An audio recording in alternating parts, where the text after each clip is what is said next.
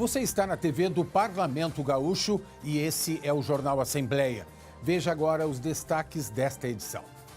Deputados derrubam veto do governador à extinção da taxa de licenciamento de veículos. Comissão de Educação recebe representantes de escolas que temem a instalação de monitoramento externo nas salas de aula.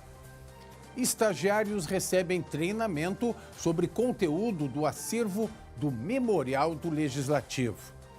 E você vai ver ainda.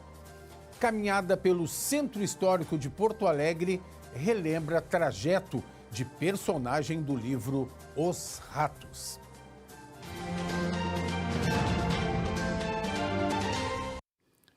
A Comissão de Constituição e Justiça teve reunião nesta terça-feira, mas não teve quórum para apreciar os itens da ordem do dia. Em outro período do encontro, 37 matérias foram recebidas e 20 foram distribuídas para a relatoria.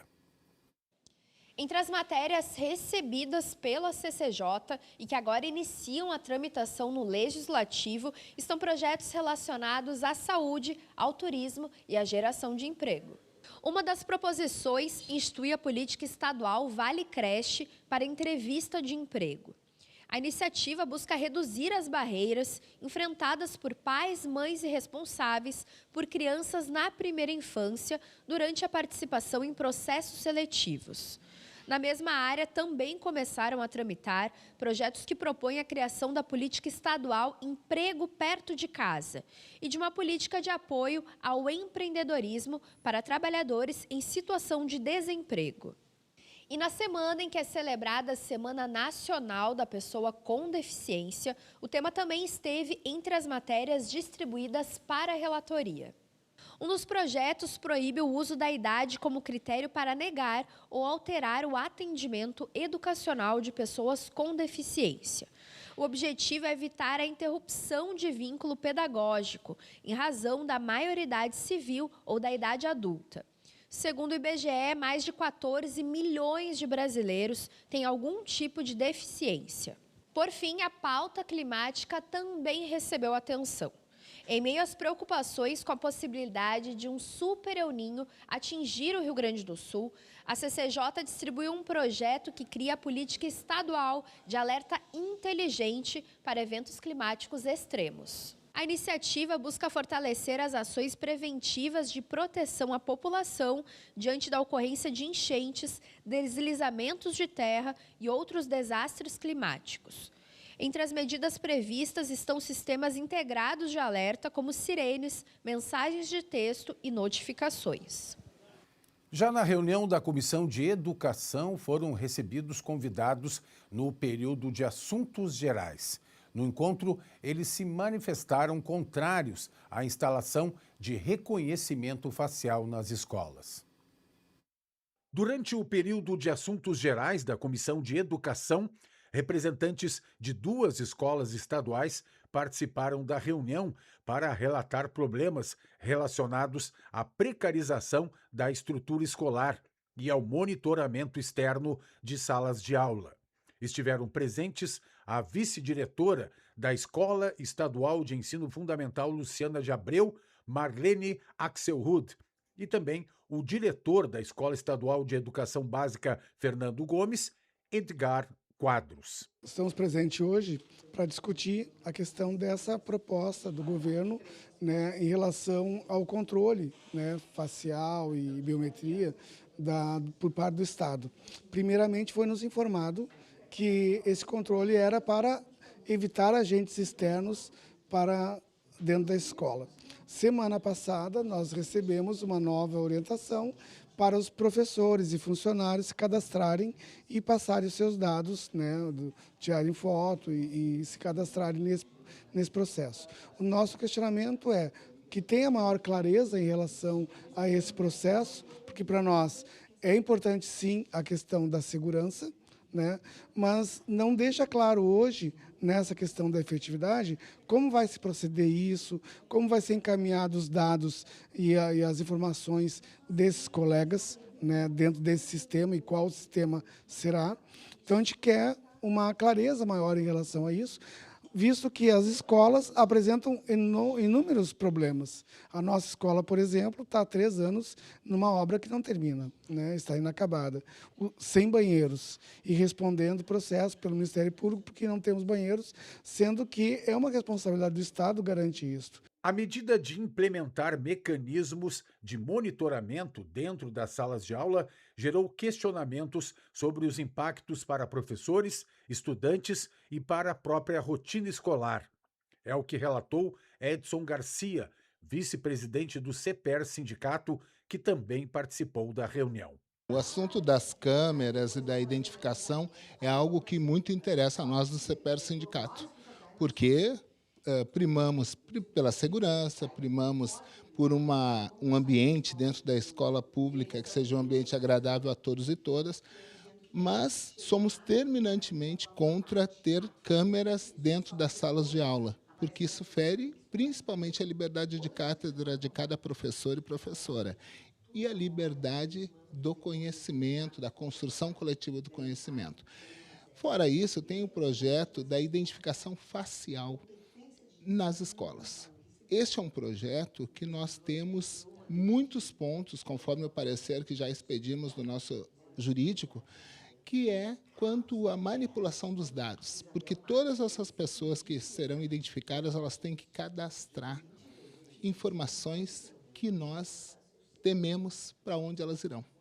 Então, a Lei Geral de Proteção de Dados, ela deve ser respeitada. De acordo com os parlamentares presentes, os relatos devem servir de base para o debate sobre as condições das escolas e as medidas de acompanhamento adotadas no ambiente escolar.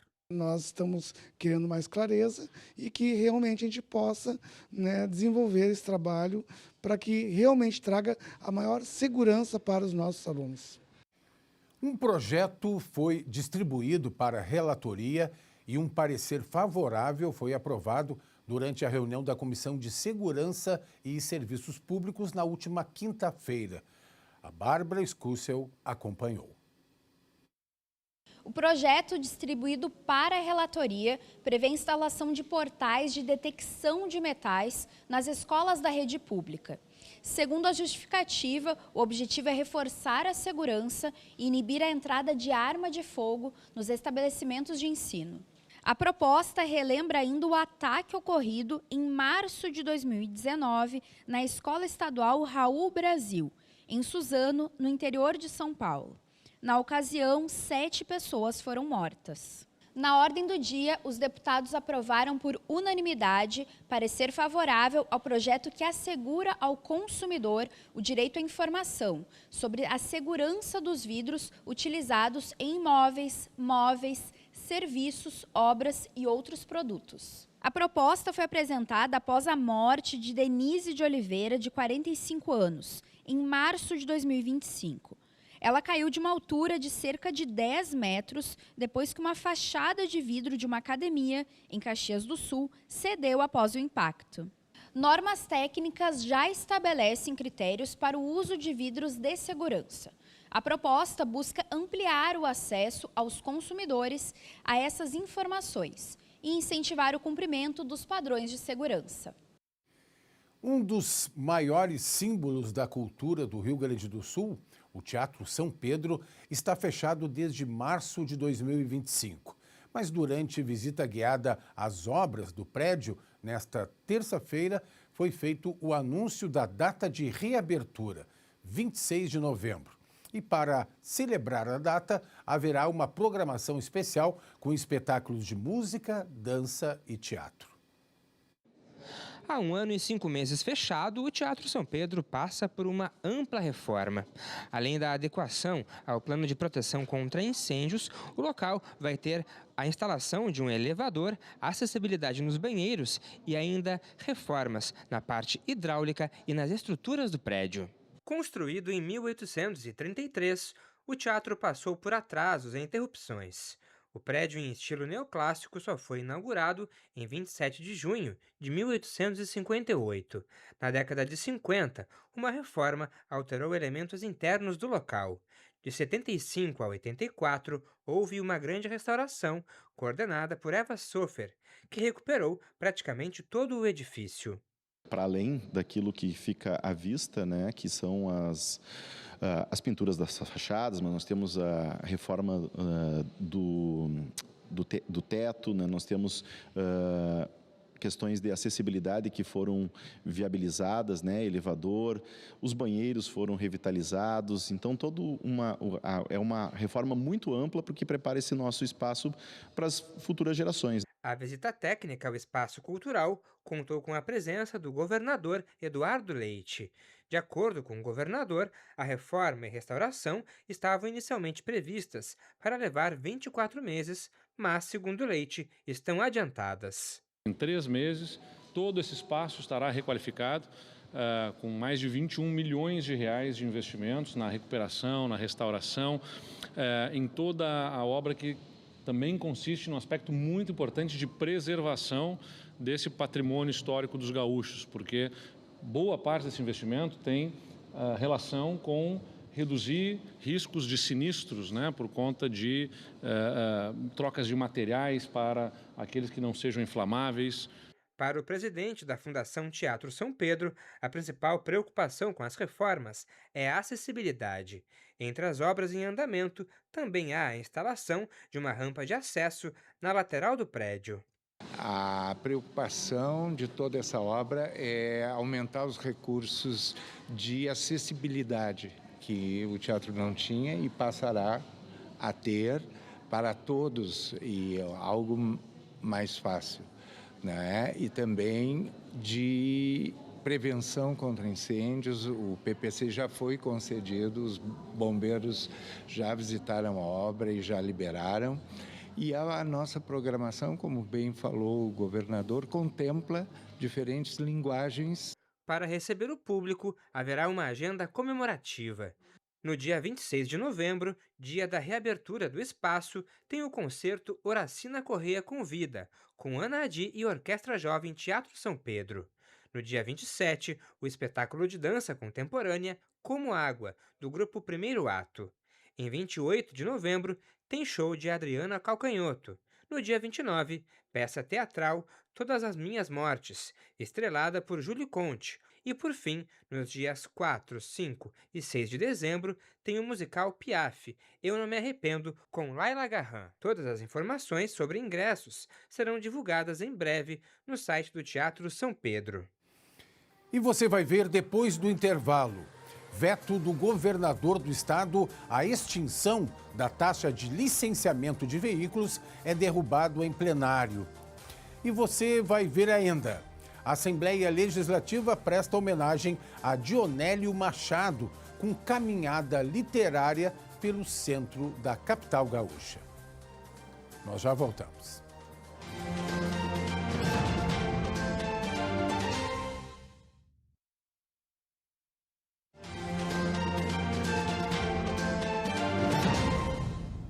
Voltamos com o nosso Jornal Assembleia, lembrando que você pode acompanhar as notícias e a programação do Parlamento no nosso canal no YouTube e também no portal da TV Assembleia. Na sessão plenária desta terça-feira, os deputados derrubaram o veto total do Executivo à extinção da taxa de expedição do certificado de registro e licenciamento de veículo, o que significa que o Legislativo confirmou o fim da cobrança. Na sessão plenária desta terça-feira, os deputados derrubaram o veto do governador Eduardo Leite ao projeto que extingue a cobrança da taxa de licenciamento de veículos. A rejeição foi unânime, com 38 votos contrários ao veto e nenhum a favor. A proposta trancava a pauta desde o dia 24 de agosto e precisava ser analisada antes de qualquer outra. O projeto, que tinha sido aceito pelo Parlamento em 2 de junho, prevê o fim da cobrança de R$ 114,09, instituída para custear a emissão do Certificado de Registro e Licenciamento de Veículo, o CRLV, já que, em 2019, o documento deixou de ser impresso e passou a ser totalmente digital. Ao vetar o texto, o executivo alegou que o valor arrecadado com a taxa é direcionado ao Fundo de Segurança Pública, que, de acordo com Leite, deve perder 750 milhões de reais por ano. Na próxima semana, não serão realizadas sessões plenárias em virtude da instalação da Assembleia na Expo Inter 2026, que ocorre de 29 de agosto a 6 de setembro no Parque de Exposições Assis Brasil, em Esteio. Na última quinta-feira, o Memorial do Legislativo promoveu uma oficina com os estagiários da Assembleia Legislativa. Eles tiveram a chance de conhecer melhor a história do Parlamento Gaúcho e também como funciona a conservação dos arquivos guardados ao longo dos anos. Chegamos no andar térreo do Memorial do Legislativo. As paredes com tijolos à vista resgatam como era o prédio na época da construção, em 1790. A temperatura e a umidade são adaptadas para o ambiente. Afinal, a função desse espaço é muito importante: guardar, organizar e conservar os documentos da Assembleia Legislativa do Estado do Rio Grande do Sul.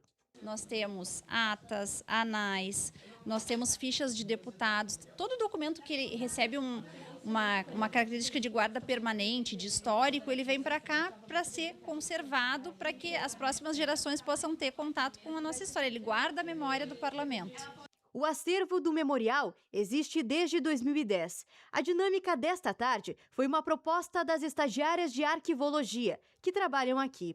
2 turmas de estagiários de diferentes setores do Parlamento Gaúcho participaram da atividade. Eles foram recepcionados com uma apresentação do local e dos principais arquivos guardados.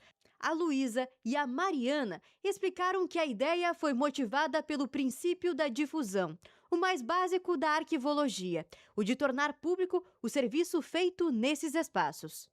Eu acho muito importante essa atividade, essa oficina, para também as pessoas terem conhecimento do que a gente tem aqui dentro, porque ninguém sabe se tem fotografia, se tem livro, então a gente também trouxe para quem sabe instigar a pesquisa.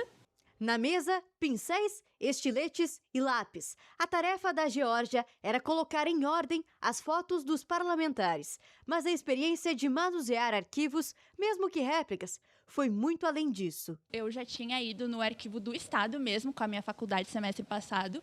E também lá a gente mais olhou e escutou o coordenador falando, né? Mas aqui ter essa experiência de manusear, tipo, mesmo que não fossem os oficiais, mas ter essa experiência que eles têm no dia a dia, foi muito especial.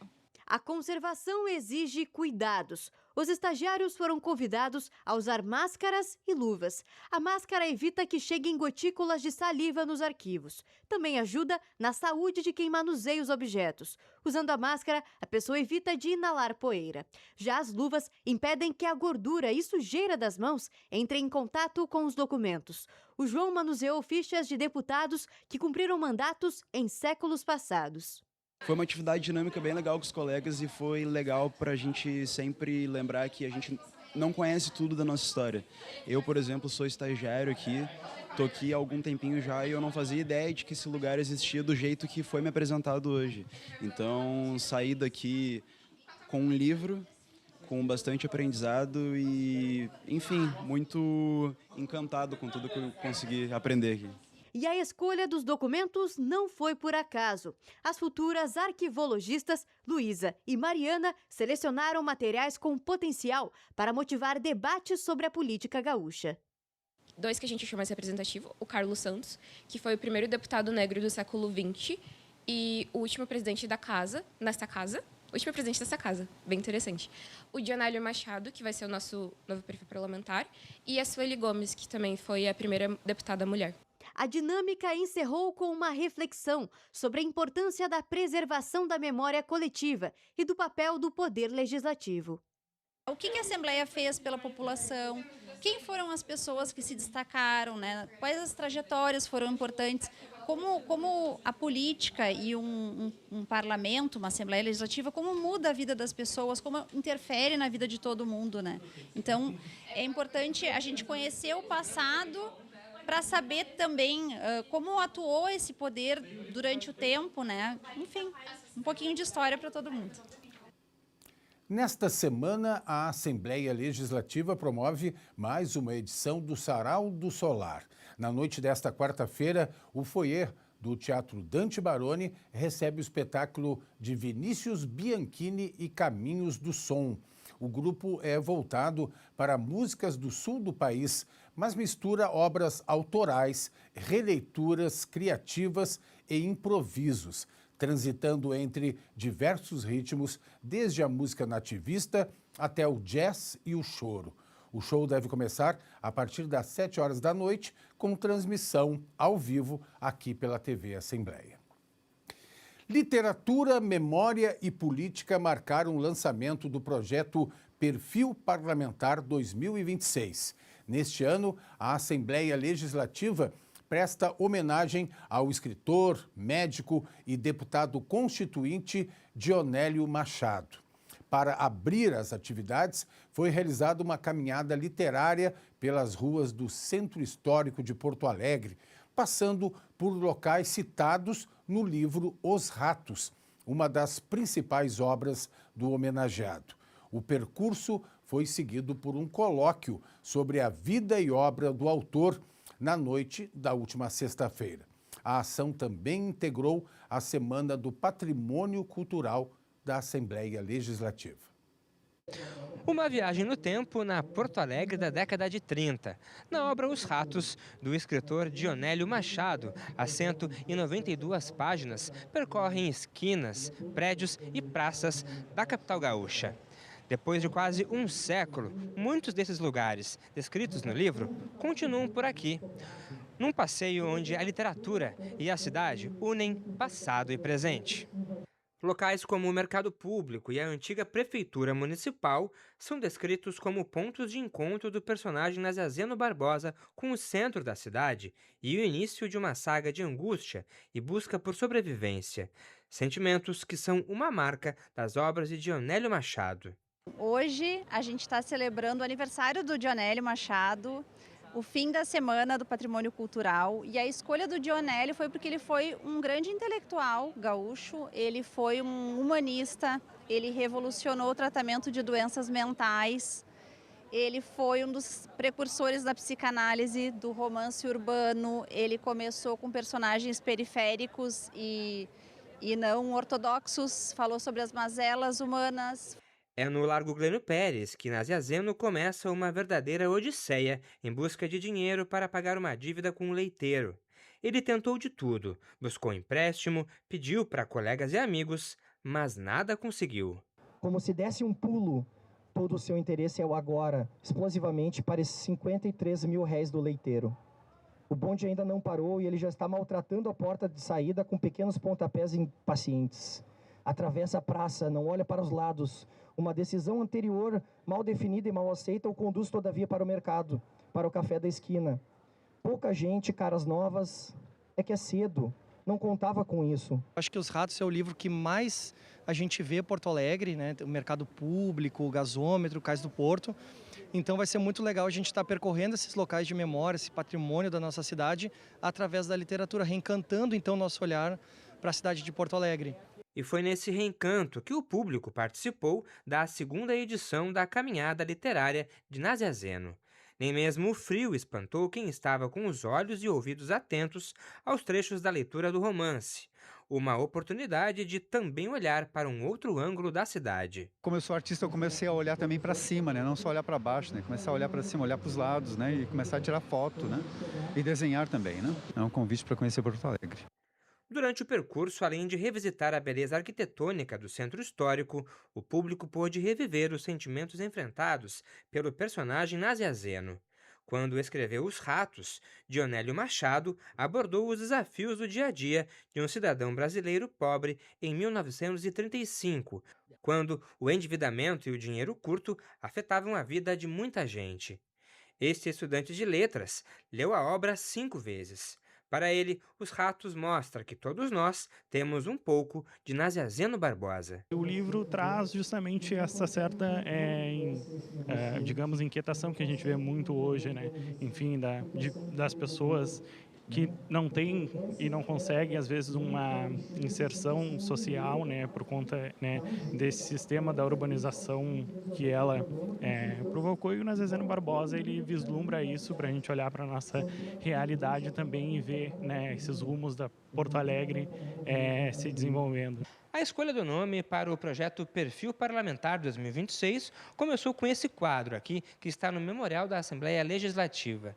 Aqui mostra os 54 deputados da Terceira Constituinte de 1947. No entanto, falta uma foto, que é do deputado Dionélio Machado.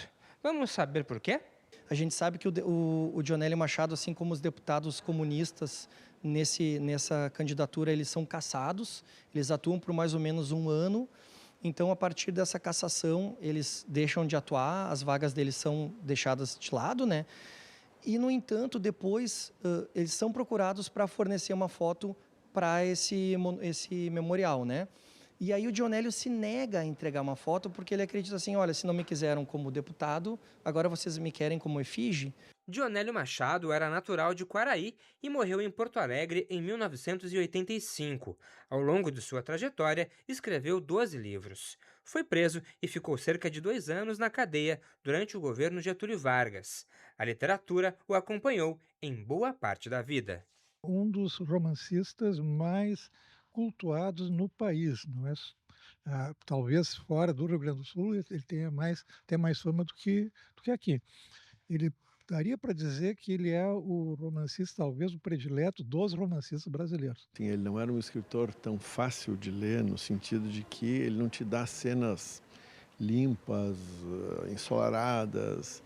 O mundo da ficção do Dionélio é um mundo muito do interior das personagens, é um mundo do pensamento confuso de personagens que não sabem exatamente para onde estão indo, nem exatamente o que querem, né? Em novembro, o Memorial do Legislativo vai promover uma mediação de leitura de outra obra de Dionélio, O Louco do Cati. Também vai ser lançado o 18º volume da série Perfil Parlamentar, em homenagem a Dionélio Machado. Os 2 eventos vão integrar a programação da Feira do Livro de Porto Alegre. E a edição de hoje do Jornal Assembleia termina aqui. Acompanhe as notícias e a programação do Parlamento no nosso canal no YouTube e também no portal da TV Assembleia. E a gente volta na próxima edição. Até lá!